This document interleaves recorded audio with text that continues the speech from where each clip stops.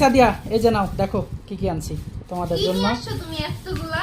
দেখো কি আনছি, সবগুলাই তোমার পছন্দের। এগুলো হলো কি কি কি? এটা কি ছোলা বুট? হ্যাঁ এটা আমার অনেক পছন্দের। হ্যাঁ এটা অনেক মচমচে আর গরম। আর এটা তো বাদাম, আমি দেখেই বুঝতে পারছি এই গরম তাই না? এটা দেখি। এটা বাদামের আচ্ছা, তুমি প্যাকেজ। অযথাই এতগুলো আনতে গেলা কেন এই সন্ধ্যাবেলা? বাইরে গিয়ে দেখো তো। এই আনছি যে তাই কি হয়েছে, ভাজা পোড়া তুমি পছন্দ করো তাই নিয়ে আসলাম। তবে একটা জিনিস ভালো করছো, হ্যাঁ আজকে না আমার একটু এগুলা খেতে মন চাচ্ছিল, কিন্তু আমি বলি নাই যে বাইরে অনেক বেশি গরম আর ইদানিং আমার অ্যালার্জি প্রবলেমটা অনেক বাড়ছে।